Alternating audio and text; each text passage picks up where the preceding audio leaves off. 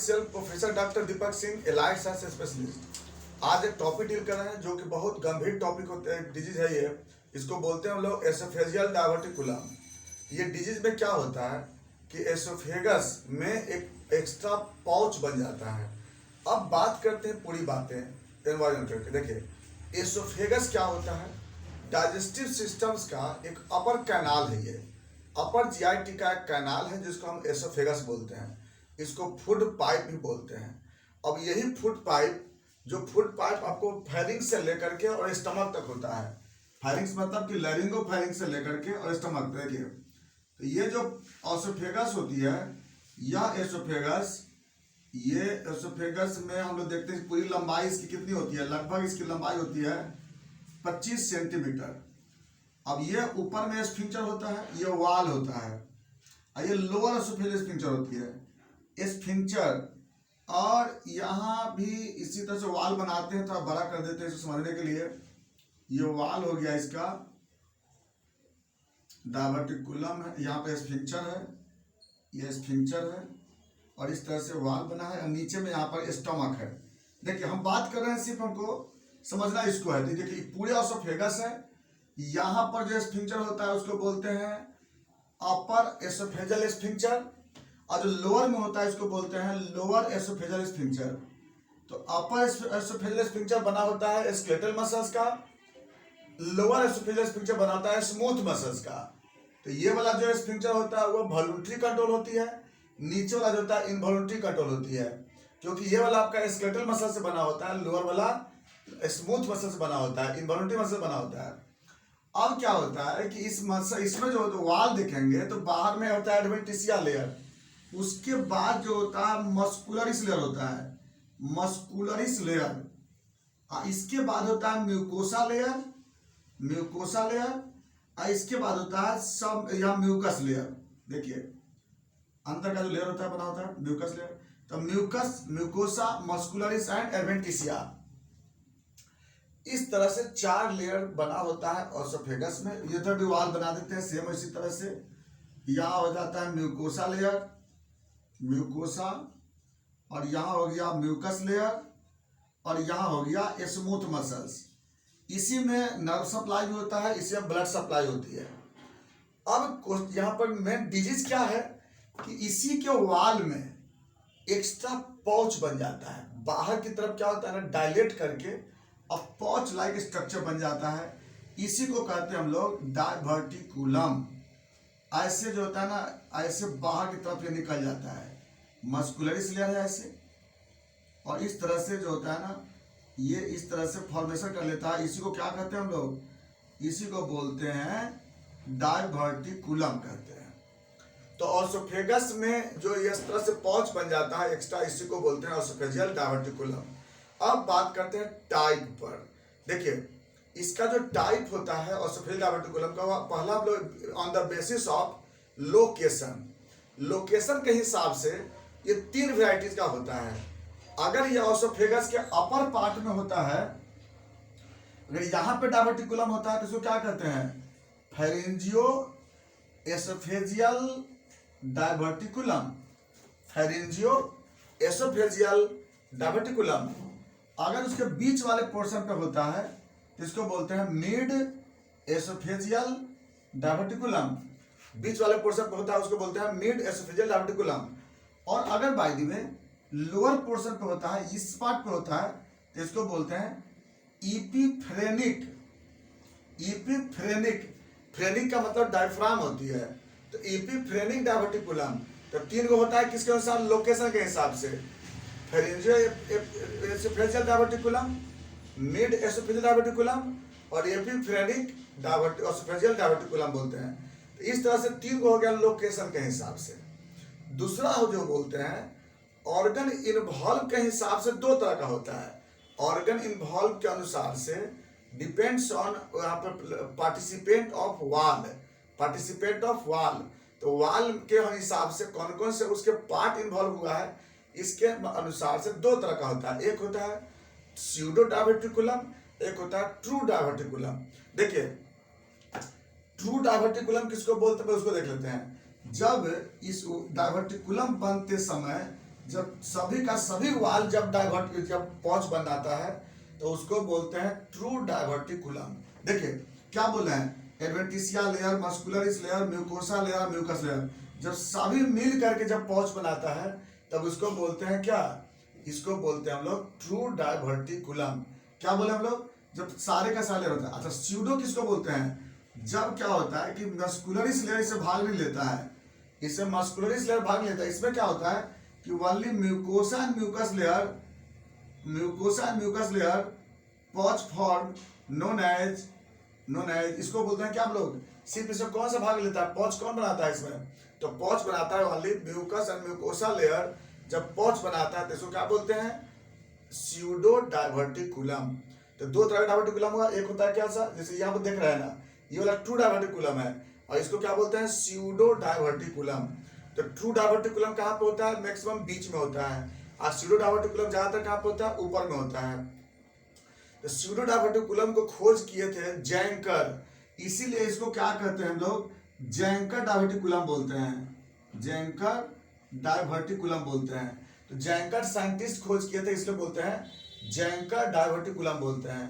तो यहाँ पे समझ में आ गया।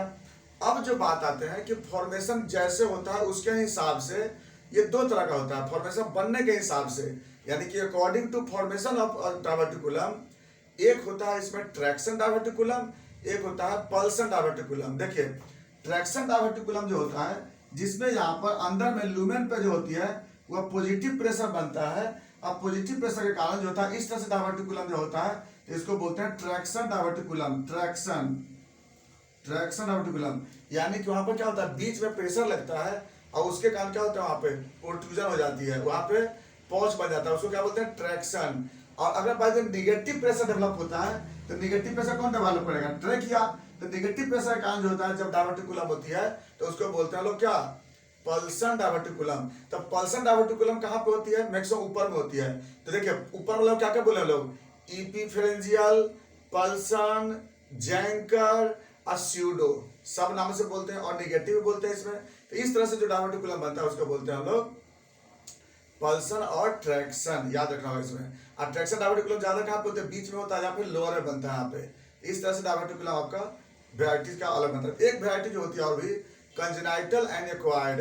कंजेनाइटल डाइवर्टिकुलम जो होती है वह डेवलप के समय ही क्या होता है, ये बन जाता है। डेवलप के समय क्या होती है, जैसे वहां पे दो तरह का होता है। देखिए कंजेनाइटल में दो होता है, एक होता है क्या, अगर बाय द वे पल्सन डाइवर्टिकुलम, जैसे मान लीजिए ट्रेकिया में फ्लूइड ज्यादा बनती है, अगर जैसे एमनियोटिक फ्लूइड का फॉर्मेशन क्या होती है, लंग से ज्यादा बनता है, 300 ml बनती है एमनियोटिक फ्लूइड से, एमनियोटिक फ्लूइड में 300 ml लंग से बनता है और 700 ml बनता है यूरिन से।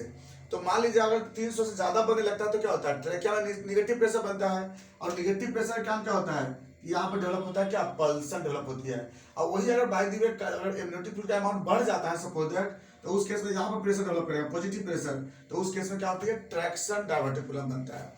दूसरा होता है एक्वायर्ड। एक्वायर्ड मतलब जन्म के बाद, बर्थ के बाद होता है, किसी कारण से होता है, पॉच बनता है। कैसे बनता है, देखिए अगर बार बार इन्फ्लामेशन होता है, सपोज दैट ऑसोफेजाइटिस होती है, उस कंडीशन में हो सकता है। सोलोइंग प्रॉब्लम अगर बाय द वे ज्यादा लार्ज अमाउंट ऑफ बोलस में लेते हैं सपोज दैट, उस तरह से हो सकता है। हॉट डाइट लेने से हो सकता है, या फिर अगर बाय द अबनॉर्मल स्पाज्म हो जाता है, अपर लोअर स्पाज्म ज्यादा होती है, एंगर में होता है, गुस्सा में होता है, फियर में होता है, और उस समय खाना खाते हैं, तो उस समय क्या होता है कि जनरली प्रेशर ज्यादा बनता है यहाँ पे, और उसके कारण होता है डाइवर्टिकुलम होने की चांसेस बन सकती है।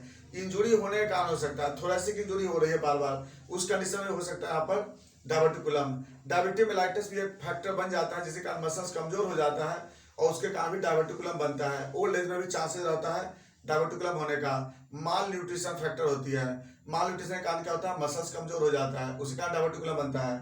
हाइटस हर्निया, हाइटस हर्निया बताएंगे आपको हम कि जब यहाँ पे जो होता है ना स्टमक का कंटेंट जब थोरेसिक को चलाता है, उसको हाइटस हर्निया बोलते हैं। तो इसके कारण भी क्या होता है कि हर्निया आपको डाइवर्टिकुलम बन सकता है। एक्लासिया कार्डिया, एक्लासिया कार्डिया में क्या होता है कि यहाँ पर जो स्फिंक्टर होती है ये खुलता नहीं है, इस पार रहता है, तो उसी कारण यहाँ पर क्या होगी, पॉजिटिव प्रेशर बनता है, और उसी कारण से डाइवर्टिकुलम होती है। तो ये सब जो होता है ना, कॉज देख लेते हैं क्या चीज का, डाइवर्टिकुलम होने का।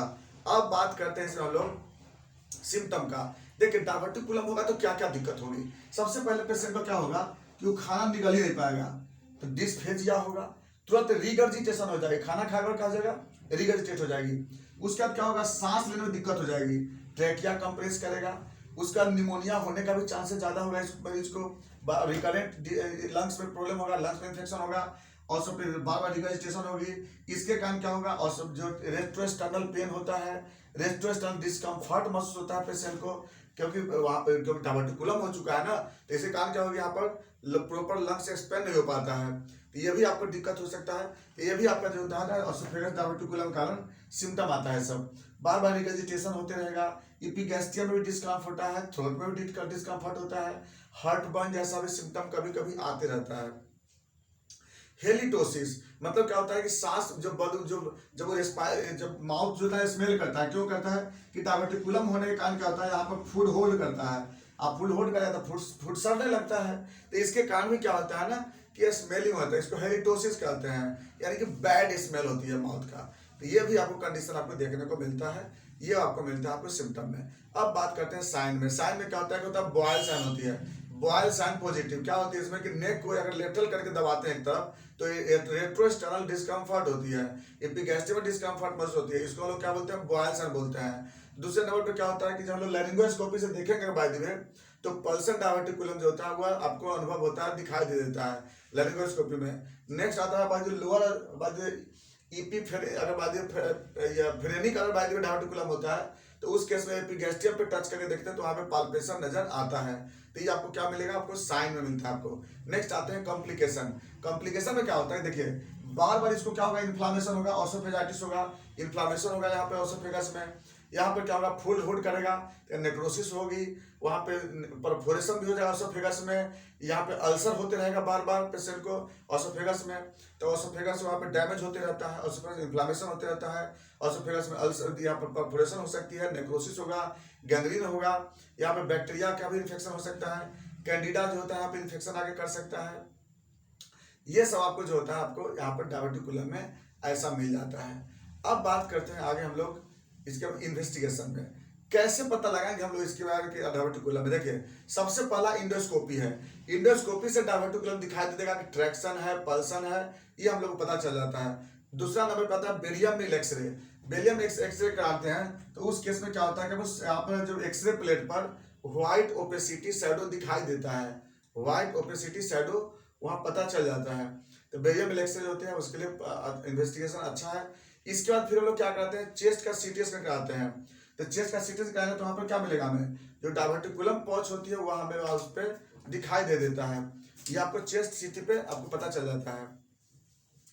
इसके बाद अब नेक्स्ट जो आपको आ जाएगा इन्वेस्टिगेशन, वह आपको जो स्कोपिंग करके देख सकते हैं, और उसके बाद नेक्स्ट आते हैं हम लोग बात इसमें मैनेजमेंट पे, ट्रीटमेंट पे। सर्जिकल ट्रीटमेंट क्या करते हैं कि डायवर्टोप्लेक्सी, डायवर्टिकुलर जो छोटा डायवर्टिकुलम होता है तो प्लेक्सी करके देखते हैं, बड़ा होता है तो इसको बोलते हैं डायवर्टिकुलोप्लास्टी करते हैं। इसके बाद नेक्स्ट आते हैं मैनेजमेंट। मैनेजमेंट में क्या करते हैं हम लोग कि उसको हॉट डाइट से अवॉइड करते हैं, ओवर जो लार्ज बोलस देने से मना करते हैं, डायबिटीज का मैनेजमेंट करते हैं, ये सब लोग जो होता है मैनेजमेंट करते हैं, राइस टू फीडिंग कराते हैं, ये सब होता है मैनेजमेंट।